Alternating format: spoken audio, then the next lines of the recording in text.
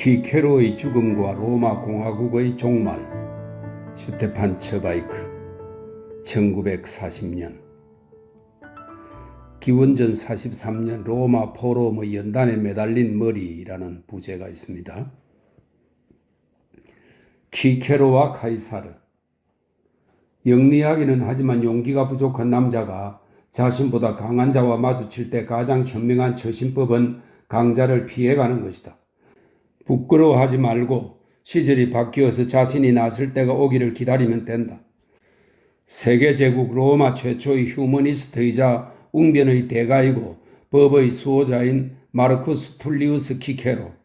그는 대대로 물려받은 법을 섬기며 공화국을 지키려 30년 동안 애썼다. 그의 연설은 로마의 연대기에 실려 있으며 그의 저작은 라틴의 틀을 형성하는 데 크게 이바지했다. 카틸리나가 난을 일으켰을 때도, 베레스가 부패에 탐닉했을 때도, 승리에 취한 장군들이 독재를 넘볼 때도 키케로는 이에 맞섰다. 당시 그의 저서 국가로는 이상적인 국가를 위한 윤리적 법전으로 인정받고 있었다. 그러나 이제 키케로보다 강한 자가 등장했다. 다름 아닌 율리우스 카이사르이다. 연장자인데다가 유명한 인사였던 키케로는 처음에는 아무런 의심 없이 카이사르를 밀어주었다. 그런데 카이사르는 순식간에 갈리아 군단을 이끌고 이탈리아의 지배자 자리에 올랐다. 무제한의 명령권을 군대에 행사하는 만큼 손만 뻗치면 왕관을 거머쥘 수 있는 처지였다. 안토니우스는 민중이 모인 자리에서 카이사르에게 왕관을 바치려고까지 했다. 키케로는 카이사르가 1인 지배 체제를 굳히는 것을 막으려 했으나 카이사르는 루비콘강을 건너면서 법 위에 우뚝 섰다. 자유를 능욕하는 자에 맞서서 자유를 수호하라고 사람들에게 호소도해 보았지만 소용이 없었다. 늘 그렇듯이 무력은 말보다 더 효과적이다. 지성과 행동을 겸비한 카이사르는 완벽히 승리했다. 이처럼 적을 박살냈으니 그가 복수심을 품었더라면 우직하게 법을 수호한 키케로를 제거하거나 추방하는 건 손쉬운 일이었을 것이다. 그러나 카이사르는 그렇게 하지 않았다.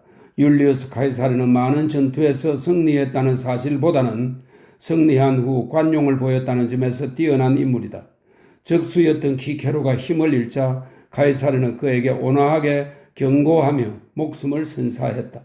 이제 자신을 제외한 다른 사람은 정치 무대에서 말없이 복종하는 단역 배우 역할만을 맡게 될 테니 정치를 떠나라고 넌지시 권한 게 전부다. 민중의 총하에서 얻는 자로. 사색하는 인간에게는 공적인 삶, 즉 정치적 삶을 멀리하는 것보다 더 행복한 일은 없을 것이다. 그렇게 되면 사상가와 예술가는 야망과 교활함 없이는 버틸 수 없는 영역을 떠나 남들이 건드릴 수도 파괴할 수도 없는 자신의 내부에 있는 영역으로 돌아갈 수 있다. 온갖 종류의 유배는 사색하는 인간에게는 자신의 내부를 다잡을 계기가 된다. 이런 불운의 탈을 쓴 축복은 다행히도 가장 적절한 순간에 키케로를 찾아온다. 토론의 최고 고수인 그는 쉴 새 없이 싸우며 긴장 속에 사느라 창조를 위한 통찰의 시간을 거의 갖지 못한 채 노년기로 접어들고 있다. 60이 될 때까지 그리 길지 않은 세월에 얼마나 많은 기막힌 일들을 겪었던가. 그는 끈질기게 버티고 약삭빠르게 굴고 명석한 두뇌를 발휘하며 집정관 자리까지 오른 신인이다. 이 신인이라는 말은 호모 노부스라고 하는데요. 원로원 의원의 자손이 아니고 수도 로마에서 태어나지 않은 지방 출신으로서 집정관에 취임한 사람을 일컫는 라틴어입니다. 새로운 사람이라는 의미이며 신참으로도 번역할 수 있다고 설명해 놓고 있네요. 로마 공화국이 전성기로 접어든 후 이 호모 노부스 신인은 극소수에 머문다고 되어 있습니다. 키케로 외에도 가이우스 마리우스가 대표적 호모 노부스이다. 이런 설명을 하고 있습니다. 그는 차근차근 온갖 공직에 오르고 명예를 누렸다. 여태껏 유수 깊은 귀족 집안이 독식해온 탓에 변방의 대단치 않은 가문은 감히 넘볼 수 없는 것들이었다. 대중이 가장 사랑하는 사람도 가장 정오한 사람도 키케로다. 카틸리냐의 난을 제압한 후 개선 장군처럼 카피톨리움 언덕을 올라가서 민중이 주는 월계관을 받았고 원로원은 그에게 조국의 아버지라는 영예로운 타이틀을 주었다. 얼마 안 되어서 바로 그 원로원이 그에게 유죄를 선언하고 바로 그 민중이 그를 팽개치는 바람에 민중의 총화는 유배지로 떠나야 했다. 그는 쉬지 않고 일한 덕에 온갖 관직을 죄다 맡았고 온갖 지위에 올랐다. 포럼에서 소송을 벌였고 전장에서 군단을 지휘했으며 집정관이 되어 공화국을 다스렸고 총독이 되어 속주를 다스렸다. 엄청난 재산을 손에 넣었다가 큰 빚을 지기도 했다. 팔라티움 언덕에서 가장 아름다운 집을 가졌지만 적들이 그 집을 불태우고 부수는 걸 지켜봐야 했다. 중요한 논문을 썼고 길이 남을 연설을 하기도 했다. 자식들을 얻었지만 잃기도 했다. 용감하기도 했지만 비겁하기도 했으며 고집을 부리다가도 금세 아첨꾼이 되곤 했다. 칭송도 많이 받고 미움도 많이 받았다. 이 변화무쌍한 인물은 모순투성이지만 광채를 가득 뿜어내고 있다. 한마디로 키케로는 당대에서 가장 매력이 넘치는 흥미진진한 인물이다. 마리우스로 시작해서 카이사르로 끝나는 파란만장한 40년 세월에 일어난 모든 사건이 키케로와 끈끈이 얽혀 있기 때문이다. 키케로만큼 이 시대와 세계의 역사를 뼈저리게 온몸으로 겪은 사람은 또 없을 것이다. 반면에 그는 가장 중요한 한 가지 일을 위한 여유만은 누리지 못했다. 바로 자신의 삶을 돌아보는 여유이다. 명예욕에 사로잡혀 아수라장을 헤집고 다니느라 바쁜 탓에 조용하고 차분히 사색하며 자신의 지식과 사유의 결과를 산출할 시간이 없었다. 이제 카이사르가 구테타를 일으켜 그를 공적 업무에서 배제했으니 드디어 사적 업무에 몰두하여 결실을 볼 기회가 왔다. 키케로는 미련 없이 율리우스 카이사르가 포럼과 원로원과 제국을 혼자 지배하게 내버려 둔다. 권력 다툼에서 밀리고 나니 공적 삶 자체가 역겹기만 하다. 그는 체념한다. 민중에게는 자유보다는 금투사의 경기와 도박이 더 중요하니 다른 사람이 민중의 권리를 방어하게 내버려 두자. 이제부터 나는 내 마음의 자유를 찾아내고 다듬는 데에만 힘쓸 것이다. 이처럼 마르쿠스 툴리우스 키케로는 처음으로 차분히 생각에 잠겨 자신을 들여다본다. 자신이 무엇을 위해서 일했고 살았는지를 세상에 보여주려는 것이다. 키케로는 어쩌다가 책의 세계를 벗어나 말썽 많은 정치 세계에 빠지긴 했지만 예술가로 태어난 사람인 만큼 이제라도 자신의 나이와 내부의 성향에 맞게 살아보려고 한다. 그는 시끌벅적한 메트로폴 로마를 떠나서 투스쿨룸, 오늘날의 프라카티입니다. 투스쿨룸으로 가서는 이탈리아에서 가장 아름다운 풍경 한가운데 둥지를 턴다. 캠파니아의 녹음 짙은 언덕들은 부드럽게 물결치듯 이어지고 인적 없이 고요한 풍경 속으로 샘물은 은빛 그득한 노래를 들려준다. 시장터와 포럼과 전쟁터와 여행 마차에서만 세월을 보내던 사람이 이런 데서 창조적인 사색을 하다 보니 영혼은 활짝 피어난다. 도시는 매력적이지만 사람을 지치게 한다. 이제 그에게 도시는 지평선의 아지랑이처럼 먼 존재이지만 실제로는 별로 멀지 않아서 친구들이 종종 지적 자극이 되는 대화를 나누러 들른다. 막역한 사이인 아티쿠스, 아직 한창 나이인 브루투스와 카시우스가 드나들고 한 번은 위대한 독재관 율리우스 카이사르가 몸소 온 적도 있다. 그러나 로마에서 친구들이 오지 않을 때도 늘 다른 친구가 그의 곁에 있다. 이 친구는 결코 실망을 준 적이 없는 멋진 동반자이며 그의 뜻에 따라 침묵하거나 말 상대가 되어준다. 바로 책이다. 키케로는 시골 저택에 훌륭한 도서관을 마련한다. 그리스 현인들의 작품부터 로마 연대기는 물론 법률 필람까지 갖춘 그의 도서관은 마르지 않는 지혜를 가득 담은 보물창고이다. 온갖 시대에서 와서 다양한 언어로 말하는 친구들이 있으니 저녁을 외롭게 보내는 적이 없다. 아침은 일하는 시간이다. 학식이 깊은 노예가 항상 받았을 채비를 하고 대기하고 있다. 식사 시간이면 그가 끔찍히 사랑하는 딸 툴리아가 벗이 되어준다. 아들을 가르치다 보면 날마다 새로운 자극을 얻고 기분 전환도 된다. 나아가 그는 삶의 궁극적 지혜를 실천한다. 60노인이 가장 달콤한 바보짓을 한 것이다. 그는 딸보다도 어린 여자를 아내로 맞이한다.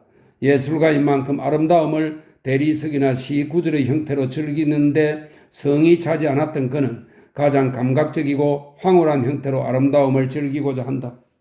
이렇게 마르쿠스 툴리우스 키케로는 60세가 되면서 궁극적인 자신의 모습으로 돌아온 것처럼 보인다. 대중선동가에서 철학자로, 웅변가에서 저술가로 민중의 총애를 얻기에 급급한 벗음에서 여유를 즐기는 주인으로 변모한 것처럼 보인다. 그는 저작거리에서 부패한 판사를 상대로 열변을 토하는 대신 자신의 연설을 모방하려는 사람들을 위한 저서 웅변가론에서 모범적인 웅변술의 본질을 다룬다. 그리고 같은 시기에 쓰인 노년에 관하여에서는 진정한 현자는 나이가 들수록 참된 품위를 갖추고 체념할 줄 알아야 한다고 깨우친다. 그는 차분한 마음으로 지내던 이 시기에 너무도 아름답고 조화로운 편지들을 쓴다. 예술가 키케로는 사랑하는 딸 툴리아를 잃는 엄청난 불행까지도 기품 있는 철학으로 성화시킨다. 위로의 글 콘솔라티오는 수백 년 동안 같은 운명을 겪는 수천 명의 사람을 위로해 왔다. 예전에는 부지런한 웅변가였던 그는 유배의 시기를 겪으며 후세가 기억하는 위대한 저술가가 된다. 3년을 틀어박혀 지내는 동안 키케로는 공화국의 업무에 전력 투구하던 지난 30년 동안보다 더 많은 작품을 완성하고 후세의 명성을 구축한다.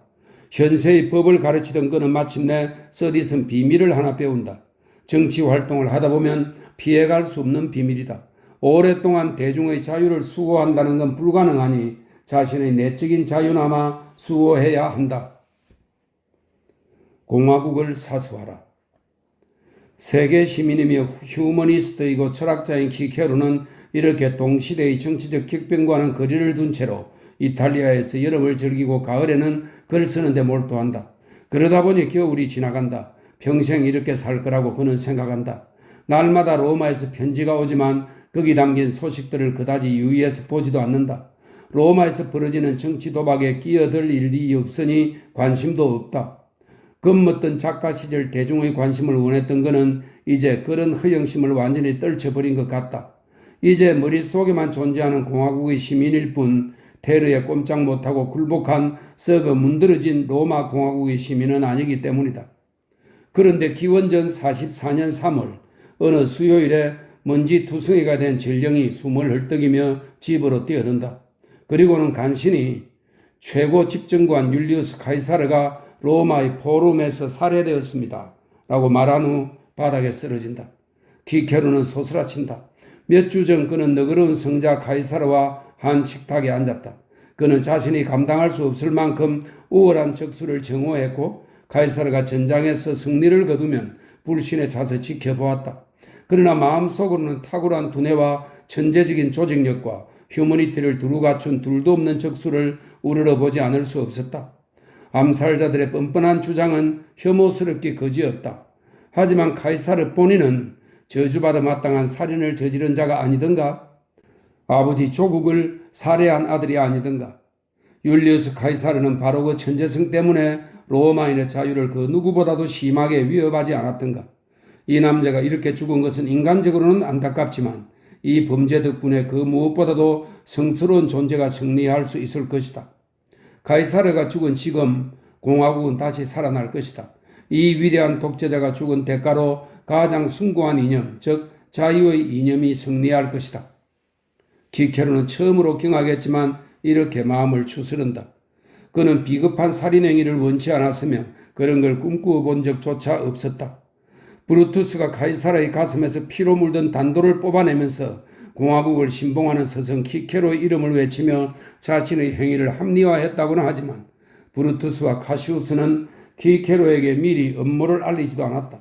하지만 이제 일은 돌이킬 수 없이 저질러졌으니 어쨌건 공화국에 유리하게 활용되어야 한다.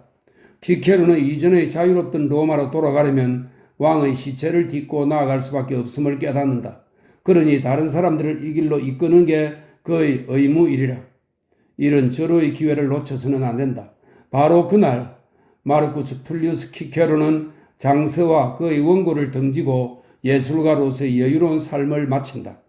두근거리는 가슴으로 그는 로마로 달려간다. 카이사르의 진정한 상속인 자격으로 카이사르의 살인자뿐 아니라 살인자를 응징하려는 자들의 마수에서 공화국을 지키려는 것이다. 세계사의 길이 남을 실수. 로마에 도착하니 다들 어쩔 줄 모르며 우왕좌왕하는 게 아수라장이 따로 없다. 율리우스 카이사르를 살해한 자들은 얼결에 일을 저지르기는 했지만 뒤를 감당할 만한 그릇이 못 된다.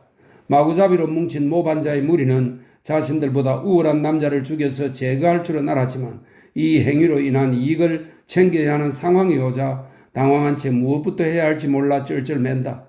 원로원 의원들은 살인자들에게 동조해야 할지 그들을 심판해야 할지 마음을 정하지 못한다. 오래전부터 가혹한 지배자에 휘둘려온 민중은 감히 의견조차 내지 못한다. 안토니우스를 비롯해 카이사르의 친구들은 모반자들에게 행여 목숨을 잃을까봐 떨고 있고 거꾸로 모반자들은 카이사르의 친구들이 복수할까봐 떨고 있었다. 이처럼 다들 갈팡질팡하는 와중에 오직 키케로만이 단호한 태도를 보인다. 섬세한 신경을 가진 사상가답게 늘 망설이고 겁을 내던 사람이 이번에는 주저없이 자신과는 전혀 상관도 없는 행위를 지지하고 나선다. 아직 카이사르의 피가 채 마르지도 않은 바닥에 우뚝 서서는 원로원 전체를 상대로 독재자를 제거했으니 공화국이 승리했다고 칭송한다. 오 여러분, 우리는 자유를 되찾았습니다. 그가 외친다. 브루투스와 카시우스, 그대들은 로마에서뿐 아니라 세계 전체에서 가장 위대한 일을 해냈소. 나아가 그는 이 살인행위가 숭고한 의미를 갖게끔 다음과 같이 조처하자고 촉구한다.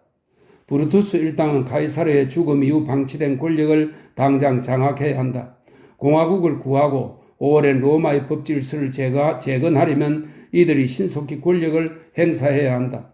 안토니우스의 집정관직을 박탈하고 블루투스와 카시우스가 행정권을 가져야 한다. 법의 남자 키케로가 처음으로 잠시나마 고지식한 법을 위반하라고 권하고 나선다. 자유의 지배를 영원히 공고히 하기 위해서는 어쩔 수 없다는 얘기다. 그러나 이제 모반자들은 약점을 드러낸다. 그들은 음모를 꾸며서 살인을 저지를 줄만 알았다. 무방비 상태에 있는 사람의 몸에 단도를 5인치 깊이로 찔러 넣을 힘밖에 없었다. 그러고 나서 그들은 몹시 우유부단한 모습을 보인다. 권력을 장악한 후 그것을 행사해서 공화국을 재건할 생각은 않고 당연한 일인 사민을 위해 안토니우스와 흥정을 벌인 것이다. 그들은 카이사르의 친구들에게 결집할 시간을 주면서 너무도 소중한 시간을 허비한다. 키케로는 날카로운 눈으로 위험을 직시한다. 안토니우스가 모범자뿐 아니라 공화주의 이념까지 박멸하려고 반격을 준비하는 게 보인다. 키케로는 브루투스 일당과 민중이 단호한 행동에 나서도록 충고하고 부추기고 선동하는 연설을 한다. 그러나 그는 세계사에 길이 남을 실수를 저지른다. 직접 행동에 나서지 않은 것이다. 이제 모든 가능성을 손에 쥐고 있는데도 말이다. 원로는 그의 편을 들 것이다. 민중은 그저 강자 카이사르를 대신할 단호하고 대담한 사람이 고삐를 움켜쥐기만을 기다리고 있다. 키케로가 이제 정권을 장악하고 혼돈에서 질서를 만들어낸다면 아무도 저항하지 않을 것이다. 키케로는 카트리나 탄핵 연설을 한 이후부터 자신이 세계사의 주인공이 될 순간을 열렬히 고대했는데 3월 15일 드디어 그 순간이 왔다. 그가 그 순간을 이용할 줄 알았더라면 우리는 모두 학교에서 지금과는 다른 역사를 공부했을 것이다. 리비우스와 플루타르코스는 연대기에서 키케로를 그저 저명한 저술가로 언급하는데 그치지 않고 공화국을 구원한 사람으로 로마의 자유를 지킨 진정한 수호신으로 언급했을 것이다. 집정관의 권력을 가졌지만 그것을 자발적으로 민중에게 돌려준 사람이라는 불멸의 명성 또한 그의 것이 되었을지도 모른다. 그러나 사색하는 인간은 책임감의 무게에 짓눌리기 때문에 결정적 순간에 행동하는 경우가 드물다. 역사에서 이런 비극은 끊임없이 되풀이된다. 사색을 즐기는 창조적 인간은 항상 다음과 같은 내부의 분열을 겪곤 한다. 사색하는 인간은 시대의 어리석음을 다른 사람보다 잘 통찰하기에 그것을 시정하려 든다. 그 과제에 푹 빠져있는 동안은 열정적으로 정치판에 뛰어들어 싸우지만 곧 그는 폭력에 폭력으로 맞서기를 주저한다. 책임감 때문에 폭력을 행사하고 사람을 해치는 일을 하기를 꺼린다. 주변을 배려하지 않고 행동하는 게 용납될 뿐 아니라 불가피한 절체절명의 순간에 이처럼 주저하고 주변을 배려하다 보니 그의 행동력은 마비된다. 처음에는 열광에서 뛰어들었던 키케로는 곧 예리한 눈으로 상황을 직시한다. 어제는 브루투스 일당을 영웅이라고 칭찬했구만 알고 보니 이를 저지를 놓고 뒷감당이 안 되어 주춤거리는 겁쟁이들이다. 민중은 어떤가 들여다보니 그가 기억하던 예전의 영웅다운 로마 민족은 간대없고 타락한 천민에 불과하다. 이익을 쫓고 쾌락을 누릴 궁리만 하고 먹이와 유의만 있으면 흡족한 사람들이다. 로마 민중은 하루는 살인자 브루투스와 카시우스를, 다음날은 복수를 외치는 안토니우스를, 셋째 날은 카이사르의 초상을 짓밟는 돌라벨라를 열렬히 환영한다. 키케로는 타락한 로마 시민 중 누구 하나도 자유의 이념을 진심으로 섬기지 않음을 깨닫는다. 카이사르를 제거해봤자 아무 소용없다. 그를 죽인 건 말짱 헛일이다. 모두 다 카이사르의 유산, 즉 그의 돈과 군대와 권력을 차지하려고 가진 수를 써가며 흥정하고 다툰다. 이들은 둘도 없는 성스러운 대상인 로마를 위해서가 아니라 오직 자신만을 위해서 이익을 취하려 든다. 너무 성급히 열광하며 2주를 보내던 키케로는 점점 지치고 회의에 빠져든다. 자신의 말이 무력하다는 사실을 더는 외면할 수 없기 때문이다. 그의 몫인 조정자 역할은 끝이 났음을 스스로 인정하는 수밖에 없다. 고국이 곧 내전에 빠지는 것을 막기에는 자신이 너무 약한 존재이거나 용기가 모자란 사람임을 인정해야 한다. 이렇게 그는 고국을 운명에 맡기고는 4월 초 로마를 떠난 나폴리만의 푸에톨리로 간다. 또 한 차례 실망과 패배를 겪은 후 사랑하는 책이 있는 한적한 별장으로 돌아간 것이다. 키케로의 유언장, 생애 최대의 승리. 마르쿠스 툴리우스 키케로는 두 번째로 세상을 등지고 외로운 삶으로 도피한다. 이제 그가 궁극적으로 깨달은 것이 있다. 힘이 곧 법으로 통용되는 영역, 지혜롭고 유화적인 사람보다는 파렴치한 사람이 치고 나가는 영역이 있으며 학자이며 휴머니스트이고 법의 수호자인 자신은 아예 이 영역에 발을 디디지 말았어야 했다는 사실이다. 비록 현실이라는 고집스러운 물질을 구해내지는 못했지만 적어도 후세는 더 현명할 거라는 희망을 품고 그는 자신의 꿈을 전하려 한다. 60년을 살면서 애써 얻은 깨달음이 아무런 소득 없이 사라지게 할 수는 없다. 그는 겸허하게 본래 자신의 강점이 무엇인지 궁리한다. 그러고는 외로운 시간을 보내며 방대한 저작, 의무에 대하여를 집필한다. 이 마지막 저작은 다음 세대에게 주는 유언을 담고 있다. 독립적이며 도덕적인 인간이 자신과 국가를 위하여 수행해야 할 의무가 무엇인지를 다룬다. 인생의 가을을 맞은 키케로가 기원전 44년 가을에 집필한 이 저서는 그의 정치 철학과 도덕 철학을 고스란히 담은 유언장이다. 이 저작은 개인과 국가의 관계를 다루고 있는데 서문을 보면 은퇴한 정객이 모든 정치적 열망을 내려놓고서 마지막 유언을 하고 있음을 알 수 있다. 저자는 아들을 위해 이 저서를 쓴다. 키케로는 자식에게 솔직히 털어놓는다. 내가 은퇴한 것은 공적인 삶에 관심이 없어서가 아니다. 자유로운 영혼의 소유자이며 로마 공화국의 시민인 내가 독재자를 섬기는 건 나의 품위와 명예를 해치기 때문이다. 국가를 관리하는 남자들이 국가에 의해 선출되던 시절 나는 내 힘과 두뇌를 공화국에 바쳤다. 그러나 한 사람이 모든 것을 통치하게 되면서부터 국가에 봉사하거나 권리를 행사할 가능성이 모조리 사라졌다. 원로원과 포럼이 유명무실해진 마당에 내가 어찌 자긍심을 가지고 그곳을 떠나들 수 있겠는가? 이제껏 나는 공적인 업무를 처리하고 정치활동을 하느라 나만의 시간을 거의 갖지 못했다. 내 세계관을 완결된 형식으로 저술을 할 수도 없었다. 이제 타의에 의해 할 일이 없는 사람이 되었으니 이 처지를 제대로 활용해 보려고 한다.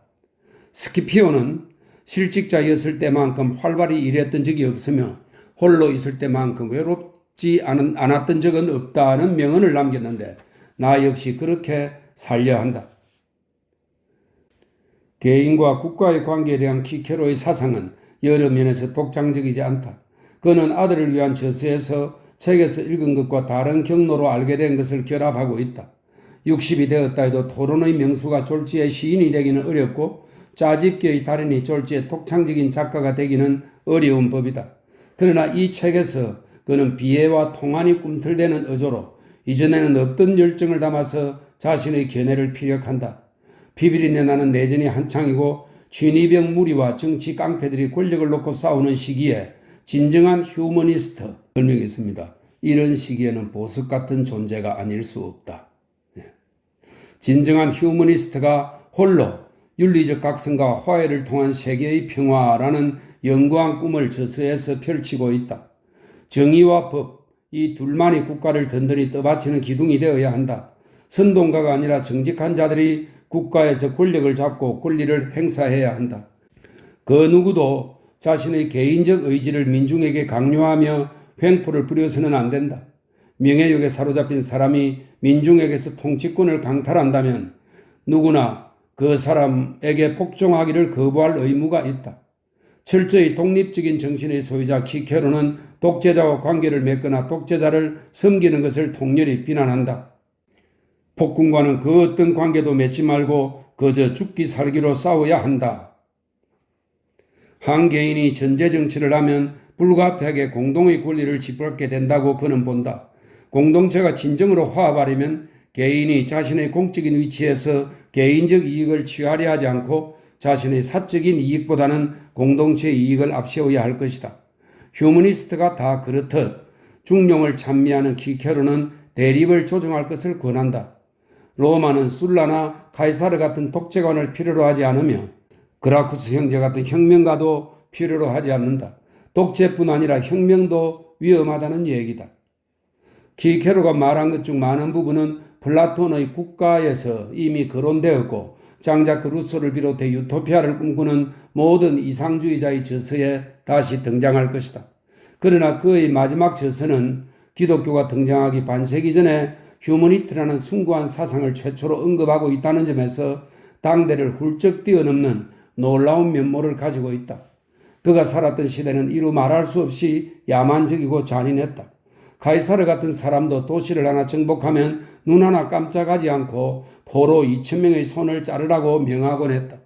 금투사들이 경기를 벌이다가 죽어가고 사람들이 고문을 당하고 십자가에 못 박히거나 떼죽음을 당하는 게 아무렇지도 않은 일상이었던 시절이다. 그런데 로마 문화권에서 최초로 키케로 혼자 권력을 함부로 쓰는 것이 이의를 제기한다. 그는 전쟁은 야수나 쓰는 방법이라며 비난한다. 로마 민족의 군국주의와 제국주의 역시 비난의 대상이다. 타민족의 거주지를 착취하는 행위를 나무라며 로마 제국이 땅을 넓히려면 절대 무력을 쓰지 말고 오로지 문화와 관습을 퍼뜨리는 데 힘써야 한다고 주장한다. 예언자다운 형안으로 그는 로마의 몰락을 내다본다. 로마가 전쟁에 승리하며 군대의 힘만으로 세계를 정복한다면 그것은 비도덕적인 행위이고 그 결과는 몰락이라는 논지이다. 한 민족이 다른 민족의 자유를 강제로 빼앗으면 그 민족은 비밀스러운 힘의 응징을 받아서 자신의 자유를 잃게 된다고 주장한다. 무장한 용병 군단이 로마 제국의 덧없는 망상을 위해서 파르티아와 페르시아, 게르마니아와 브리타니아, 스페인과 마게도니아로 행군하던 시절이다. 바로 이 시기에 이 무력한 사람은 인간성을 옹호하면서 인간의 공존이야말로 가장 중요한 최고의 이상이라고 아들에게 말한다. 이로써 이제껏 세련된 휴머니스트에 불과했던 키케로는 죽기 직전에 휴머니스트를 처음으로 옹호하는 사람이자 참된 정신문화의 대변인이 된다. 그의 생애 최대의 승리가 아닐 수 없다. 필리포스 연설. 키케로가 외진 곳에서 도덕적 국가체제의 의미와 형식에 대하여 조용히 여유롭게 숙고하는 동안 로마 제국은 점점 더 혼란에 빠져든다. 카이사르를 죽인 자들을 떠받들어야 할지 처벌해야 할지를 두고 원로원도 민중도 아직 결정하지 못한 상태였다. 안토니우스가 브루투스와 카시우스를 상대로 전쟁을 준비하는 와중에 뜻밖에도 왕위를 노리는 세 번째 후보자가 등장한다. 바로 옥타비아누스이다. 카이사르는 옥타비아누스를 자신의 상속인으로 지정했는데 그가 정말로 카이사르의 뒤를 이으려고 나선 것이다. 옥타비아누스는 이탈리아에 도착하자마자 키케로에게 편지를 보내어 자신을 도와달라고 청한다. 같은 시기에 안토니우스도 키케로에게 로마에 와달라고 간청한다. 전쟁터에 있는 브루투스와 카시우스 역시 자신들 편이 되어달라고 키케로를 부른다. 모두 다 탁월한 변호인인 그를 자기 편으로 만들려고 가진 애를 쓴다. 저명한 법학자 키케로가 자신들의 불법 행위를 합법적인 것으로 만들어 주리라는 기대 때문이다. 권력을 잡으려는 정치가는 아직 권력을 거머쥐지 못했을 때는 늘 본능적으로 자신의 나쁜 행위를 지지해 줄 사상가를 찾는 법이다. 목적이 달성되면 이 한심한 사상가를 떨쳐내면 그만이다. 키케로가 예전처럼 허영심 많고 야심에 찬 정치가였더라면 유혹에 빠져들었을 것이다. 그러나 키케로는 한편으로는 지쳐 있었고 다른 한편으로는 현명해져 있었다. 이 두 상태가 서로 비슷해지는 경우가 종종 있는데 그러면 위험하다. 자신의 작품을 끝내는 것이 가장 급선무임을 그는 잘 안다. 작품을 끝내야만 자신의 삶과 사유를 질서 있게 마무리할 수 있다. 오디세우스가 사공들이 사이렌의 노래를 듣지 못하게 귀를 틀어막았듯이 그도 권력자의 유혹이 들리지 않게끔 마음의 귀를 틀어막는다. 그는 안토니우스와 브루투스의 부름은 물론이고 원로원의 부름에조차 응하지 않는다. 자신이 행동보다는 말에서 강하며 때를 지어 있을 때보다는 혼자 있을 때 더 영리함을 느끼기 때문이다. 그는 꾸준히 자신의 저서를 계속 써나간다. 이 저서를 끝으로 세상에 작별을 고하게 되리라고 그는 예감했다. 자신의 유언장이 될 저서를 완성하고 나서야 그는 눈을 뜨고 세상을 본다. 깨어나 보니 너무도 끔찍하다. 그가 나서 자란 나라는 내전을 코앞에 두고 있다. 안토니우스는 카이사르의 금고와 사원의 금고를 약탈한 돈으로 용병을 모으는 데 성공했다. 세계의 군대가 무장을 갖추고 안토니우스에게 대적하고 있다. 첫째로 옥타비아누스, 둘째로 레피디우스, 셋째로 브루투스와 카시우스의 군대이다.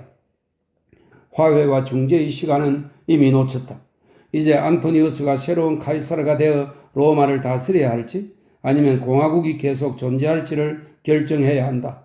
누구든 이 순간에는 결정을 내려야 한다.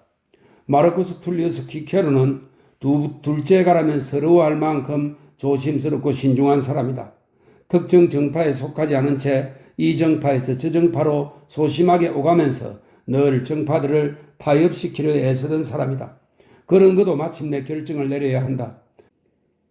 이제 뜻밖의 일이 벌어진다. 키케로는 자신의 유언장인 의무론을 아들에게 건네주고 나서 전에는 없던 용기를 얻는다. 정치가 겸 작가인 자신의 경력은 완결되었다. 할 말은 다 했고 살면서 겪을 일도 별로 없다. 나이가 들고 자신의 과제도 마쳤으니 얼마 안 남은 하찮은 목숨의 연연에 비겁해질 이유가 없지 않은가. 사냥개에 쫓기다 지친 짐승은 시제되는 개떼가 바짝 따라 붙었다고 느끼면 갑자기 몸을 돌려서 죽음을 재촉하려는 듯 사냥개를 덮치곤 한다. 키케로 역시 죽을 각오를 하고 다시 한번 싸움판에, 그것도 제일 위험한 위치에 뛰어든다. 달이 가고 해가 가도록 묵묵히 뭉툭한 펜만 쥐고 있던 그가 다시금 웅변이라는 돌도끼를 움켜쥐고는 공화국의 적을 향해 힘껏 던진다. 충격적인 장면이 아닐 수 없다. 백발이 승승한 노인이 12월에 로마의 포럼에 서서 로마 민중에게 조상의 명예를 욕되게 하지 말라고 호소하고 있다. 키케르는 원로원과 민중의 뜻을 따르지 않고 권력을 찬탈한 안토니우스를 탄핵하는 통렬한 연설을 14차례 한다. 무방비 상태로 독재자에 맞서는 게 얼마나 위험한지를 그는 너무도 잘 알고 있다. 안토니우스는 벌써 행군 채비를 마치고 피해 굶주린 군대를 모아놓고 있다. 그러나 남에게 용기를 내라고 호소하는 사람은 먼저 본보기를 보여야만 남을 설득할 수 있는 법이다. 키케로는 이전에 같은 장소인 포럼에서 유유자적 말을 무기 삼아 시합을 벌이곤 했다. 그러나 이번에는 자신의 신념을 위해 목숨을 걸어야 하는 만큼 전혀 다른 상황이다. 그는 결연히 연단에 서서 말한다. 나는 청년 시절 공화국을 지켜냈습니다. 내 비록 나이가 들었지만 공화국이 망하게 내버려 두지는 않을 것입니다. 내가 죽음으로써 로마의 자유가 다시 살아난다면 나는 기꺼이 내 목숨을 내놓겠습니다. 내 유일한 바람은 로마 민족에게 자유를 선사하고 죽는 것입니다. 그렇게만 된다면 신들은 내게 가장 큰 은총을 베푸신 겁니다. 지금은 안토니우스와 협상을 벌일 시간이 없다고 그는 힘주어 주장한다. 옥타비아누스를 지지해야 합니다. 가이사르의 친척이고 상속인이기는 하지만 그는 공화국 편입니다. 어떤 사람이냐는 중요하지 않습니다. 가장 성스러운 것, 즉 자유가 중요한 문제입니다. 자유가 걸려있는 만큼 이 결정은 최종적이고 불가역적입니다.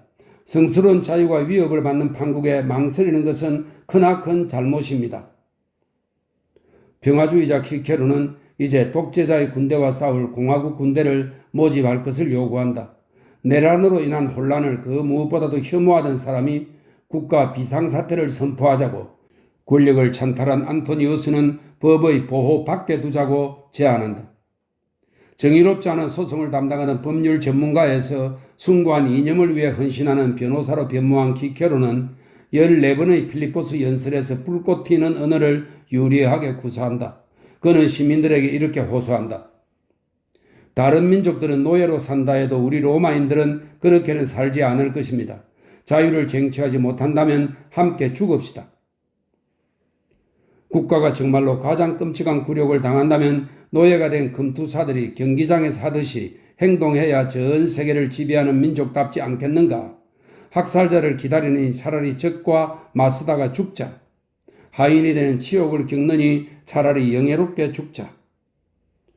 원로원 의원들과 민중은 경탄하며 그의 필리포스 연설을 듣는다. 이런 말을 공공장소에서 할 수 있는 기회는 수백 년 동안 다시는 없으리라고 짐작한 사람도 몇몇 있을 것이다. 머지않아 사람들은 전제군주의 대리석상 앞에서 끽소리 못하고 몸을 조아리게 될 것이다.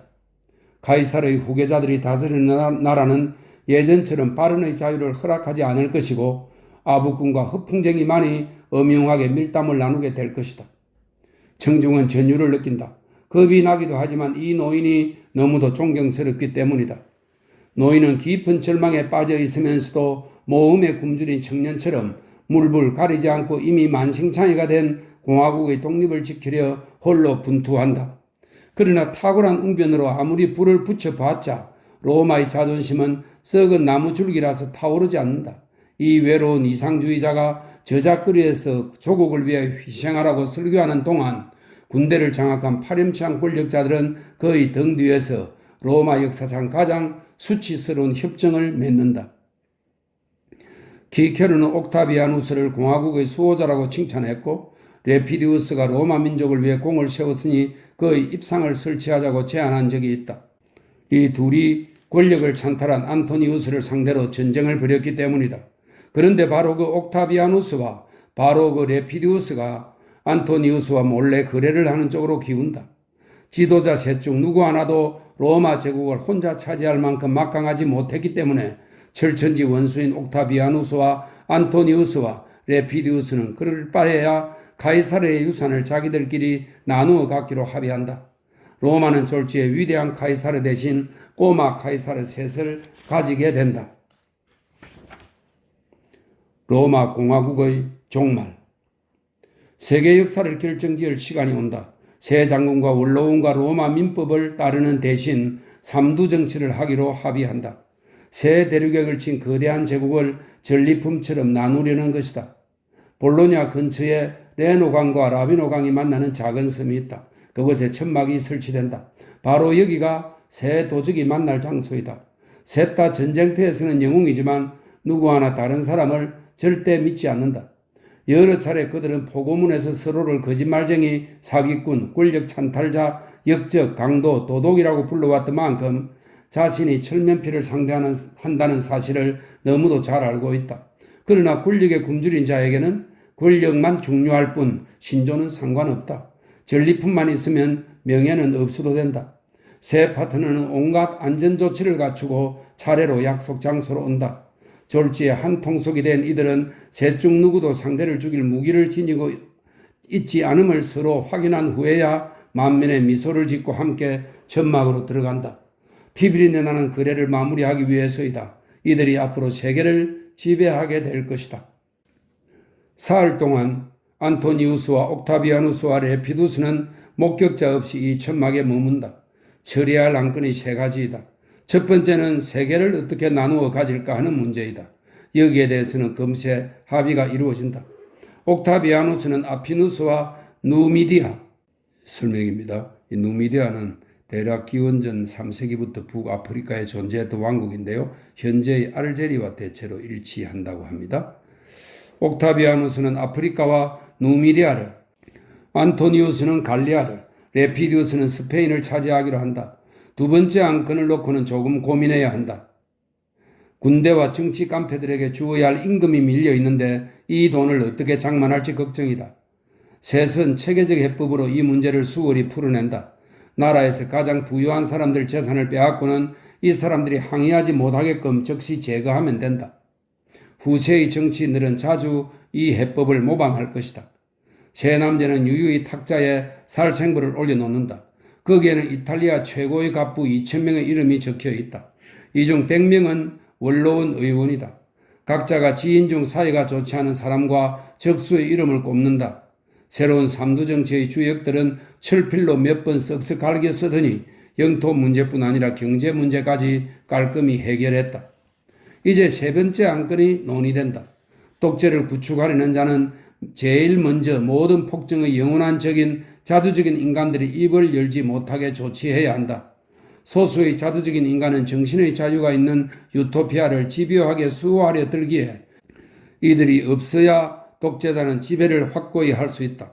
안토니우스는 마르쿠스 툴리우스 키케로의 이름을 살생부 맨 앞에 올리자고 요구한다. 자신의 참된 속내를 꿰뚫어 보고는 적나라하게 폭로한 사람이 바로 키케로다. 명철한 지성과 자주적 의지를 지닌 그는 이런 부류 여럿보다 더 위험한 존재이다. 그러니 그를 없애야 한다. 옥타비아누스는 소스라쳐 놀라며 거절한다. 청년인 그는 아직은 지독한 냉혈한이 될 만큼 어마어마한 정치판에 오래 있지 않았기에 자신의 지배자가 되기 위해 이탈리아에서 가장 유명한 작가를 제거한다는 게 그림칙하다. 키케로는 충실히 자신의 재산을 관리해왔고 민중과 원로원 앞에서 자신을 축혀 세웠다. 몇 달 전만 해도 옥타비아누스는 키케로에게 도움과 조언을 달라고 머리 숙여 부탁했고 존경심을 가득 담아서 이 노인을 자신의 진정한 아버지라고 불렀다. 옥타비아누스는 수치스러워하며 완강히 반대한다. 올바른 본능을 지닌 그는 라틴의 고귀한 거장이 살인 청부업자의 더러운 반도에 죽는 사태를 막으려 한다. 그러나 안토니우스는 물러서지 않는다. 정신과 폭력은 서로 영원한 앙숙이며 언어의 거장만큼 독재를 위협하는 존재는 없음을 잘 알기 때문이다. 사흘 동안 키케로의 목을 두고 싸움이 벌어진다. 결국 옥타비아누스가 양보함으로써 키케로의 이름은 로마 역사상 가장 수치스러운 문서의 대미를 장식하게 된다. 이 살생부가 마무리되면서 로마 공화국은 최종적으로 사형을 선고받는다.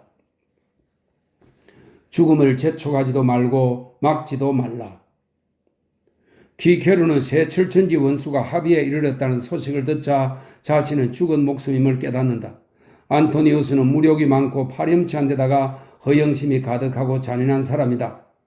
키케로는 이러한 저열한 속성을 불꽃 튀는 언어로 적나라하게 폭로하며 안토니우스에게 상처를 주었다.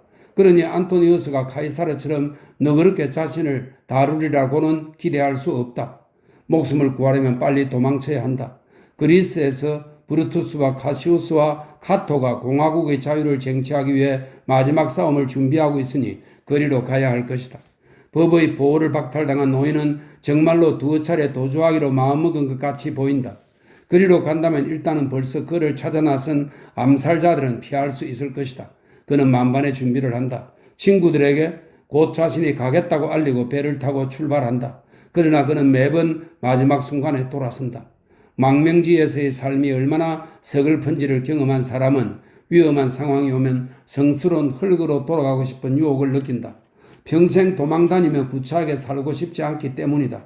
신비로운 소리가 그에게 눈앞에 닥친 운명을 맞이하라고 권한다. 이성과는 상관없는, 아니 이성에 역행하는 의지의 소리이다. 지친 노인은 삶이 끝나기 전에 그저 며칠 쉬고 싶을 뿐이다. 조용히 생각을 정리하고 편지를 몇 통 쓰고 책을 좀 읽고 싶다. 그러고 난 후에 자신에게 정해진 운명이 왔으면 싶다. 키케로는 자신의 여러 별장에서 숨어 지낸다. 위험이 닥칠 때마다 이 별장에서 저 별장으로 옮기지만 제대로 위험을 벗어나려고는 하지 않는다. 열병 환자가 베개를 바꾸듯이 임시 방편인 은신처를 옮겨 다닐 뿐이다. 운명을 맞이할 것인지 아니면 비껴갈 것인지를 아직 결정짓지 않은 상태이다. 그의 저서 노년에 대하여를 보면 노년에 접어든 사람은 죽음을 재촉하지 말고 막지도 말라는 말이 있다. 키케로는 가만히 죽을 채비를 하고서 무의식적으로 자신의 검언을 실천하려는 것 같다. 언제 죽음이 오든 태연히 맞이하라. 강한 영혼을 지닌 자는 결코 추하게 죽지 않는다. 그래서였을까? 이른 겨울 키케로는 시칠리아로 가던 중 갑자기 하인들에게 배를 고향 이탈리아로 돌리라고 명령한다. 배는 그의 영지가 있는 가이에타, 오늘날의 가에타입니다. 가이에타에 상륙한다. 몸이 지쳤거나 신경쇠약해서가 아니다. 사는데 지친 그는 다 끝내고 흙으로 돌아가고 싶은 신비로운 욕구에 사로잡힌다. 그저 잠시 쉬자. 한 번 더 고향의 달콤한 공기를 마시고 세상과 작별을, 마지막으로 작별을 하자. 하루가 됐건 한 시간이 됐건 그냥 쉬자. 땅에 발을 디디자마자 그는 가문의 수호신들에게 경건히 인사를 드린다. 64 노인은 배를 타느라 녹초가 되어 있다. 그는 침상에 누워서 눈을 감는다. 선잠이 든 채로 영원한 안식을 미리 맛보려는 것이다.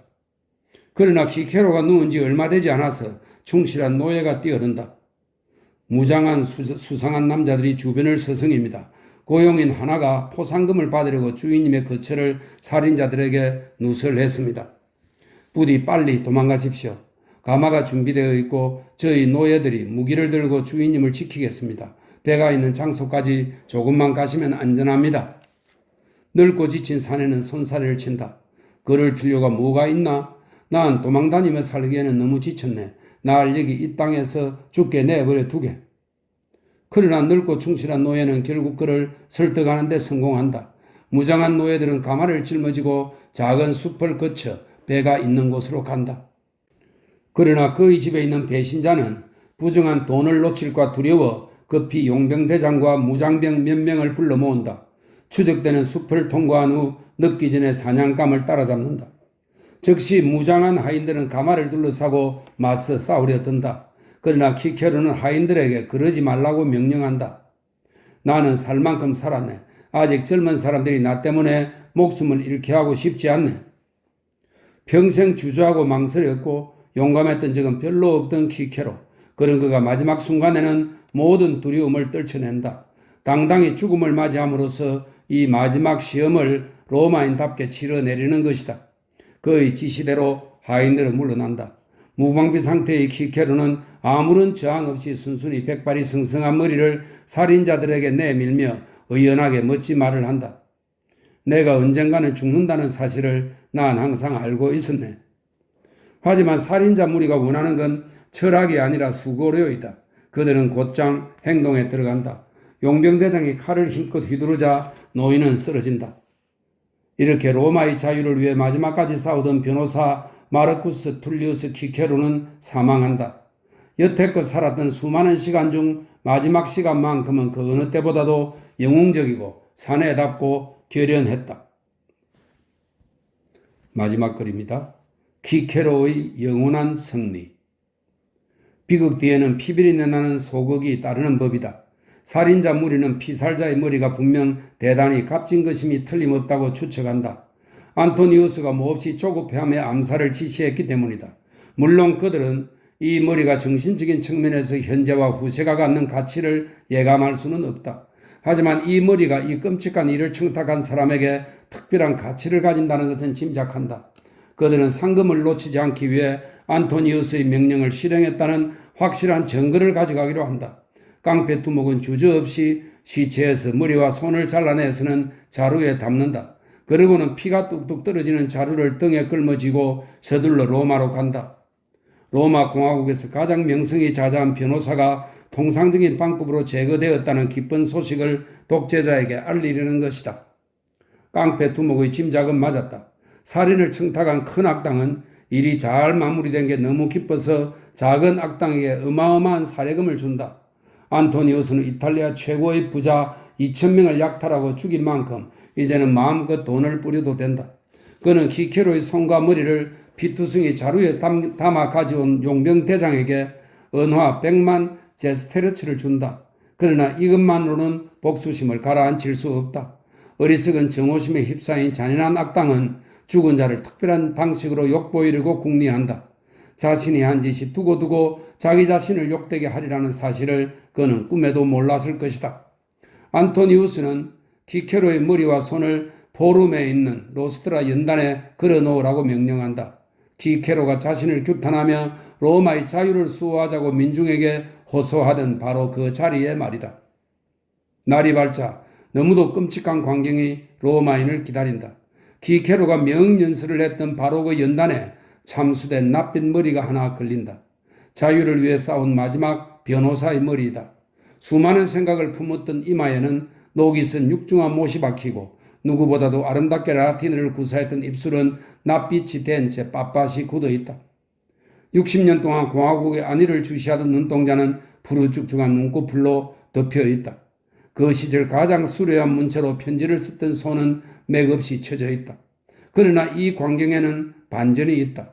위대한 웅변과 키케로는 이 연단에서 권력을 남용하는 잔인한 무법자들을 고발하는 명연설을 했지만 고인의 핏기 없는 입술은 그 어떤 연설보다도 더 통렬히 폭력이 저지른 뿌리를 민중에게 고발한다.